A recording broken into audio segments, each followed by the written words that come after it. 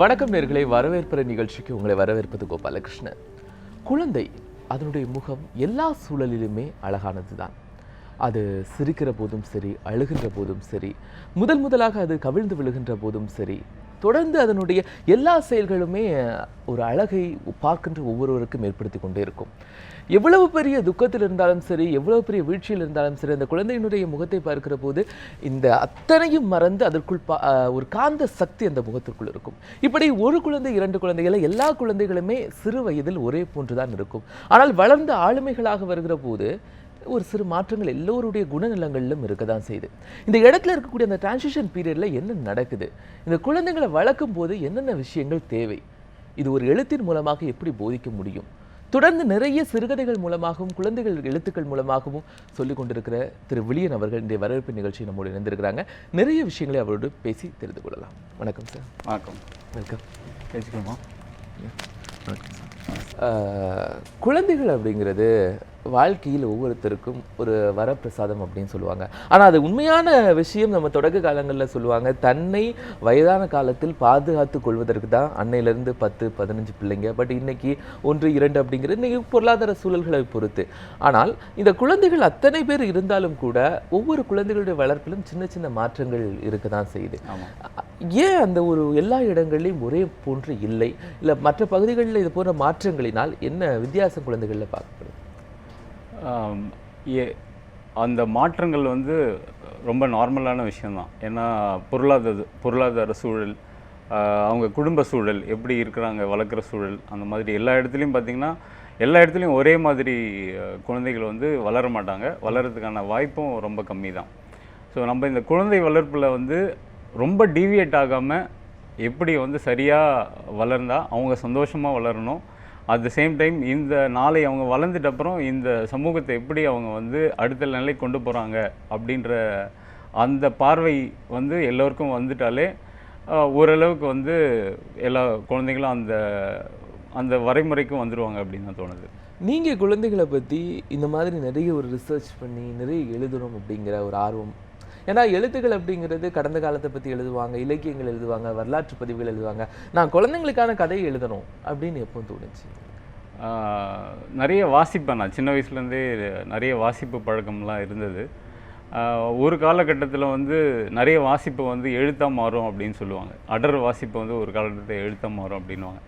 So நான் அந்த மாதிரி தான் நிறைய வாசிச்சுட்டு திடீர்னு எழுத வந்தேன். என்ன எழுத வந்தப்போ அது இல்லாமல் பேரலாம் எனக்கு குழந்தைகள்லாம் ரொம்ப ஆர்வம் இருந்தது. அவங்களுடைய சைக்காலஜிலாம் நிறைய படிக்க ஆரம்பிச்சிருந்தேன்.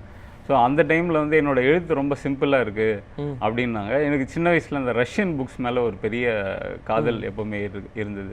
ஸோ அந்த மாதிரி தமிழ்லேயும் நம்ம பண்ணோம், ஆனால் நான் எழுதணுன்னெலாம் அப்படி ஒரு ஆசை இல்லை, அந்த மாதிரி இருந்தால் நல்லாயிருக்குமே அப்படின்னு ஒரு ஆசை இருந்தது.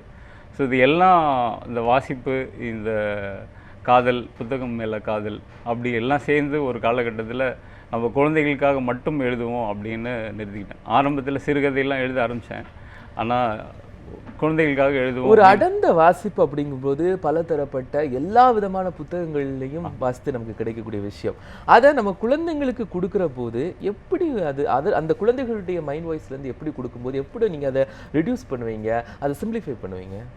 இல்லை, என்னோட பார்வை குழந்தைகளோட கதைகள் அந்த கதை முடித்த உடனே அவங்களுக்கு ஒரு சந்தோஷம் வரணும், ஒரு வாவ் அந்த ஒரு ஃபீலிங் வரணும், அல்லது ஒரு புதிய விஷயம் தெரிஞ்சுக்கிட்டோம் அப்படின்னு இருக்கும், அல்லது ஒரு ஒரு ஒரு சிந்தனை புதிய சிந்தனை இப்படியும் செஞ்சுருக்கலாமோ நம்ம அப்படின்னு ஒரு பார்வை வரணும்.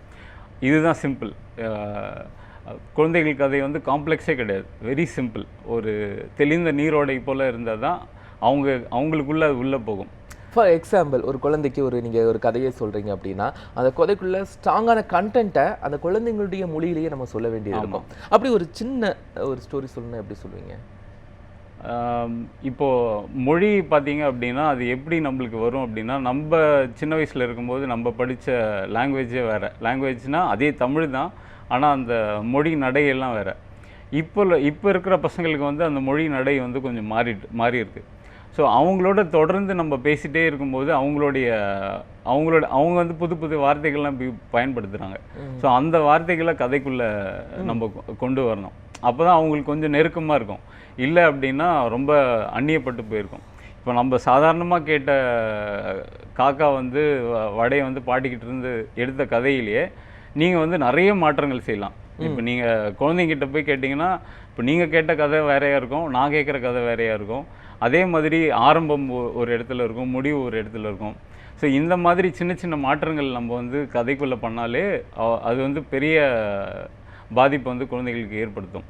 இந்த கதையை கூட நான் வந்து நிறைய வெர்ஷன் வந்து மாறிட்டே இருக்கு. இந்த கதை காக்கா வந்து வடையை எடுத்த கதையை வந்து வழக்கமாக வந்து நரி வந்து உங்களுக்கு ஒரு வில்லன் கேரக்டராக அந்த கதையில் இருக்கும். அதே வந்து பாசிட்டிவாக மாற்றி அந்த பாட்டிக்கு இந்த காக்காவும் நிறைய உதவி பண்ணுற மாதிரியும் நம்ம மாற்றிடலாம். பொதுவாக இன்னைக்கு உள்ள குழந்தைங்களுக்கு இருக்கக்கூடிய பாடத்திட்டங்களை தாண்டி குழந்தைங்களுக்கு எந்த வயதிலிருந்து எந்த வயது வரைக்கும் கதை சொன்னால் அது அப்படியே அவங்களுக்குள்ள உருவேற்றப்படும் அப்படின்னு நினைக்கிறீங்க? கதை வந்து எப்போ சொல்லலாம் அப்படின்னா, அவங்களுக்கு வந்து ஒரு 2 வயசில் வந்து வார்த்தைகள்லாம் வந்து நல்ல பழக்க ஆரம்பிப்பாங்க. ஸோ கதை சொல்கிறது வந்து ஒரு 2 வயசுலேருந்து தாராளமாக ஆரம்பிக்கலாம். எந்த வயசு வரைக்கும் நம்ம சொல்லலாம்னா ஒரு 7-8 வயசு வரைக்கும் நம்ம கதை சொல்லலாம், ஒரு 10 வயசு வரைக்கும் போகலாம். ஆனால் இந்த நடுவில் அந்த 7லேருந்து 10க்குள்ளே நம்ம என்ன பண்ணோம்னா, கதையை வாசிக்கும் போதே அந்த புத்தகமும் கையில் வச்சு அவங்களையும் கொஞ்சம் ஒரு பேராகிராஃபாக வாசிக்க வைக்கணும். ஸோ அவங்க என்ன ஆவாங்கன்னா, நாளைக்கு ஒரு கட்டத்தில் அவங்களா தனியாக ஆர்வம் அவங்களுக்குள்ள வந்துடும். ஸோ அப்படி தான் நம்ம வந்து புத்தகங்களை வந்து இன்ட்ரடியூஸ் பண்ணோம். ஏன்னா அந்த கதை சொல்லும்போது நம்ம என்ன பண்ண போகிறோம் அப்படின்னா, ஒரு பெரிய உலகம் இருக்குது, நம்ம வந்து இந்த உலகம் வந்து ரொம்ப பெருசானது, நம்ம எவ்வளோ நம்ம விரிக்கிறோமோ அவ்வளோ பெருசாக நம்மளுக்கு இன்னும் பெருசாக விரிய போகுது. அப்போ இந்த இமேஜினேஷன் தான் ஒரு குழந்தையுடைய வளர்ப்புல ரொம்ப முக்கியமான விஷயம், அவங்களுடைய கற்பனை திறனை வளர்க்கறதுக்கான அடித்தளமா இருக்கும் அப்படின்னு நம்ம எடுத்துக்கலாம். ஆனா நீங்க சொன்னீங்க 2 வயதிலிருந்து 10 வயது வரைக்கும் குழந்தைங்களுக்கு நம்ம கதை சொல்லலாம். இந்த டியூரேஷன் அப்படிங்கிறது குழந்தைகள் வேகமாக வளர்ச்சி அடையக்கூடிய பருவம் அப்படிங்கிறது இந்த 2லிருந்து 10 வயது வரைக்கும். இந்த வயதுக்குள்ள நம்ம கதைகளுக்குள்ள மைனூட்டா மாற்றங்கள், ஒவ்வொரு வருடங்களுக்கும் புது புது வடிவத்துல நம்ம கதையை கொடுக்க வேண்டியது இருக்கும். நியர்பை ஒரு 8-9 வயதெல்லாம் வரும்போது பெரிய ரிசர்ச் லெவல்ல ஏதாவது கதைகளை அவங்களுக்கு கொடுக்க வேண்டியது இருக்கும். இப்படி ஏதாவது மாற்றங்கள் இருக்கு? ஆமாம், நிச்சயமா. ஏன்னா அவங்க மெச்சூரிட்டி லெவலும் ஜாஸ்தியாக இருக்கும். இப்போ வந்து நிலா பற்றி கதையை சொல்லும்போது ஒரு 2-3 வயசு குழந்தைக்கு வந்து நிலான்றது ஒரு பயங்கர ஃபேண்டசியான ஒரு இதுவாக இருக்கும். அதே வந்து நீங்கள் ஒரு 8 வயசு குழந்தைக்கு வந்து அவன் ஆல்ரெடி கேட்டுட்டு இருப்பான். அந்த நிலானா என்னன்னு தெரியும், பெருசாகவும் சின்னதாகவும் அந்த மாதிரி எல்லாம் கேட்டுட்டு இருப்பான். இவனுக்கு 8 வயசு 9 வயசு ஆகும்போது அடுத்த லெவல், இங்கேருந்து நிலா எவ்வளோ தூரம், இது வரைக்கும் நிலாவுக்கு யாரெல்லாம் போயிருக்காங்க, நிலாவில் வந்து என்ன பொருள் இருக்கும், நிலாவில் நடந்தால் வந்து நார்மலாக நடக்க முடியுமா, இல்லைன்னா ஸ்லோ மோஷனில் தான் அங்கே நடந்தால் எப்படி இருக்கும், புவியீர்ப்பு விசை வந்து 6 மடங்கு கம்மியாக இருக்குது, அந்த விஷயங்கள்லாம் வந்து கொஞ்சம் கொஞ்சமாக இன்ட்ரடியூஸ் பண்ணோம். ஸோ இது மூலம் வந்து என்ன பண்ணுறோன்னா, ஆஸ்ட்ரானமியை வந்து அவனுக்கு இன்டைரக்டாக வந்து நம்ம அதன் மீது ஒரு ஆர்வத்தை இந்த கதைகள் மூலம் பண்ணலாம். நம்ம இது நான் எக்ஸாம்பிள் வந்து ஆஸ்ட்ரானமி சொன்னோம். இதே போல் நீங்கள் ஃபிசிக்ஸு, கெமிஸ்ட்ரி, மேத்ஸு கதைகள் மூலம் வந்து அவங்களுக்கு வந்து இந்த தன்னுடைய பாடத்திட்டத்து மேலேயே வந்து ஒரு ஆர்வத்தை கண்டிப்பாக உண்டு பண்ணலாம். அதற்கான முயற்சி வந்து நிறைய இப்போ தமிழகத்தில் எடுத்துகிட்டு இருக்காங்க. கலை மூலம் வந்து கற்பித்தல் அப்படின்ற ஒரு கான்செப்டில் வந்து எல்லா விஷயமே வந்து சிம்பிளிஃபை பண்ணி, ஏன்னா கதை வந்து நம்மளுக்கு ரொம்ப நெருக்கமான ஒரு விஷயம், யாருக்கும் பிடிக்காது. அந்த சிறு வயதுல கேட்கக்கூடிய கதைகளாக இருக்கட்டும், ஒரு மனப்பாட பாடல்களாக இருக்கட்டும், அது ஒரு வாழ்க்கையினுடைய எல்லை வரைக்கும், அந்த கடைசி நிலை வரைக்கும் நமக்கு அது கொண்டு செல்லும். மெமரி அப்படிங்கிறது அதிகமா இருக்கும். ஆனா இந்த கதைக்குள்ள நம்ம பார்க்குற போது சில விஷயங்கள் அந்த குழந்தைய என்ன பண்ணுன்னா சிதைக்கிற மாதிரி இருக்குமா, இல்லை மற்ற இடங்களில், மற்ற நாடுகளில், ஏன்னா நம்ம இன்னைக்கு பார்க்குறோம் சின்ன வயசுலேருந்தே சப்ஜெக்ட்ஸ்குள்ளே போகிற பிள்ளைங்களுக்கு அது ஒரு படிக்கிறதே ஒரு கஷ்டமான சூழ்நிலைக்குள்ளே போயிடுது. அதனால் படிப்பு அப்படிங்கிறதே அவங்க வெறுக்கக்கூடிய சூழ்நிலைகள் பல நேரங்களில் இருக்க தான் செய்யுது. இந்த மாதிரியான சூழ்நிலைகளில் எப்படி இவங்க இதை கையாளுறாங்க? மேலை நாடுகள்லாம் பார்த்தீங்கன்னா நம்ம டெக்ஸ்ட் புக்குக்கு இருக்கிற ஈக்குவல் கான்சன்ட்ரேஷன் வந்து மற்ற புத்தகங்களுக்கு இருக்குது. அங்கே வந்து பெட் டைம் ஸ்டோரிஸ், பெட் டைம்னே ஒரு டைம் அவங்களுக்கு ஒதுக்குறாங்க. அது வந்து ஒரு 2 வயசுலேருந்தே அங்கே ஆரம்பிச்சிடுறாங்க. 2 வயசுலேருந்தே இந்த கதை சொல்கிறது வந்து டெய்லியும் குழந்தை தூங்குறதுக்கு முன்னாடி ரெகுலராக வந்து கதை சொல்கிற பழக்கம் இருக்குது. அது இல்லாமல் இன்னும் பெரிய விஷயம் என்ன அப்படின்னா, அங்கே இருக்கிற லைப்ரரிஸ் வந்து அவங்களுக்கு வந்து ஒரு பெரிய கூடாரம், குழந்தைகளுக்கான கூடாரம். அங்கே வந்து இந்த சம்மர் வெக்கேஷன் எப்போ இருக்கோ, இல்லை வீக்கெண்ட்ஸ்லாம் இருக்கோ, அங்கே வந்து அந்த லைப்ரரியன் வந்து ஒரு ஸ்டோரி டெல்லராக மாறிடுவார். ஸ்டோரி டெல்லராக மாறிடுவாங்க. அது இல்லாமல் புத்தகம் பற்றி அந்த கதைகள் நடுவுலேயே வந்து ஒரு புத்தகமோட அறிமுகம் இருக்கும். ஸோ அந்த குழந்தை வந்து ஒரு லைப்ரரியோட ஒரு அட்டாச்சாக இருக்கும். அது இல்லாமல் பெரிய கான்சென்ட்ரேஷன் வந்து எஜுகேஷன் மேலே நம்ம ஊரில் தான் இருக்குது. கல்வி வந்து அப்படியே இது மட்டும்தான் நம்மளுக்கு, வேறு எதுவுமே சிந்தனையே கிடையாது. வெறும் வந்து பாடப்புத்தகத்தை படி, அதை தவிர வேறு எதுவுமே சிந்தனை இருக்கக்கூடாதுன்றது வந்து இன்னும் சமீப காலங்களில் ரொம்ப தொடர்ந்து இருந்துட்டு இன்னும் அது வந்து ஜாஸ்தியாகிட்டே இருக்குது. நம்ம வந்து ஒரு கன்சியூமர் எஜுகேஷன் நோக்கி போயிட்டே இருக்கோம். இதை தாண்டி நீ வந்து விளையாடணும், இதை தாண்டி நீ வந்து நிறைய விஷயங்களை கற்றுக்கணும், ட்ராவல் பண்ணணும் அப்படின்றது வந்து நம்ம இந்த கல்வி திட்டத்தில் வந்து உள்ள ரொம்ப கம்மியாக இருக்குது. அது இல்லாமல் க்ரியேட்டிவிட்டிக்கான ஸ்பேஸும் வந்து இதில் ரொம்ப ரொம்ப ரொம்ப கம்மியாக இருக்குது. ஸோ இது எல்லாத்தையும் நம்ம பேலன்ஸ் பண்ணால் அதுக்கு வந்து புத்தகம் தாண்டிய, அதாவது பாடத்திட்ட புத்தகம் தாண்டிய புத்தகங்களை வந்து வாசிக்க ஆரம்பிக்கும்போது இது எல்லாமே கிடைக்கும் அப்படின்னு தோணுது. சார், நீங்கள் குழந்தை வளர்ப்பில் நிறைய சொன்னீங்க. நம்ம முதல்ல நான் சொன்ன மாதிரி குழந்தை வளர்ப்பிற்கும் பெற்றோர்களுக்கும் உள்ள இடைவெளி, இந்த சமூகத்தினுடைய புதிய புதிய நவீன வளர்ச்சிக்கும் இந்த குழந்தைகளுடைய வளர்ச்சிக்கும் உள்ள இடைவெளி, இதை நம்ம குழந்தைங்க எப்படி சைக்காலஜிக்கலாக எடுத்துக்கிறாங்க? ஆக்சுவலாக நாலேஜபிள் பார்த்தீங்கன்னா முன்ன ஜென்ரேஷனோட இப்போ ஜென்ரேஷனுக்கு வந்து நாலேஜ்ன்ற விஷயங்கள் வந்து ஜாஸ்தியாக இருக்குது. இந்த டெக்னாலஜி வந்து அதுக்கு வந்து இன்னும் ஜாஸ்தி பண்ணிடுது. இந்த டெக்னாலஜி வந்து மீடியா, அவங்க யூஸ் பண்ணுற மொபைல் அல்லது இன்டர்நெட் எல்லாமே வந்து அவங்களுடைய அறிவை வந்து ஜாஸ்தியாகுது. ஆனால் இங்கே ஒரு பிரச்சனை என்ன அப்படின்னா, ரொம்ப சீக்கிரமாக குழந்தைங்க வந்து மெச்சூர்ட் ஆகிடுறாங்க. மெச்சூர்ட் இந்த சென்ஸ் மைண்ட், நிறைய தகவல்கள் அவங்களுக்கு கிடைக்குது, நிறைய தகவல் கிடைக்குது. அந்த நிறைய தகவல்கள் அந்த குழந்தைகளுக்கு கிடைக்கிறதுனாலயே அவங்க மெச்சூர் ஆயிட்டாங்க சொல்ல முடியுமா? ஒருவேளை நாம் இருந்த காலகட்டங்களில் நமக்கு அந்த தகவல்கள் கிடைக்கவில்லை, இன்னைக்கு அவங்களுக்கு கிடைக்கிறதுனால அவங்க மெச்சூர்ட் பீப்புள் அப்படின்னு ஒரு நிலைக்குள்ள கொண்டு வந்துடலாமா? அது மெச்சூர்டுன்னா பிரச்சனை என்ன, மெச்சூரிட்டியில் அப்படின்னா அந்த குழந்தைமையிலேருந்து ரொம்ப சீக்கிரமாக எஸ்கேப் ஆகிடுறாங்க. ஸோ இதை நம்ம ஒருவேளை நமக்கு தெரியாத விஷயங்கள் அதுகளுக்கு தெரிந்திருக்கு அப்படிங்கிறத நம்ம ஒத்துக்கலாம். ஆனால் தெரிந்த நிறைய விஷயங்கள் அவங்களுக்கு தெரியலை இல்லையா அந்த இடத்துல? இல்லை, அவங்களுக்கு தெரியலன்றது எதுவுமே கிடையாது. ஸோ இங்கே என்ன பிரச்சனைனா, அவங்க மைண்ட் வந்து ஏதாச்சும் விஷயங்கள் வந்து போட்டு திணிச்சு வந்து இட்ஸ் ஃபுல். ஆக்சுவலாக ஒரு க்ரியேட்டிவிட்டிக்கான எப்போ பேஸ் அப்படின்னா ஐடில் மைண்டு தான் வந்து ஒரு கிரியேட்டர்ஸ்க்கான ஒரு பேஸ் அப்படின்றாங்க. ஐடில்லாம் எதுவுமே செய்யாமல் இருக்கிற போது தான் வந்து ஒரு கிரியேட்டர்ஸோட ஒர்க் ஷாப் அப்படின்றாங்க. ஆனால் நம்ம வந்து குழந்தைங்கள அப்படி வச்சுருக்கிறதில்ல, குழந்தைங்களும் அப்படி இருக்க விரும்புறதில்ல. ஏதாச்சும் செஞ்சுட்டே இருக்கணும்.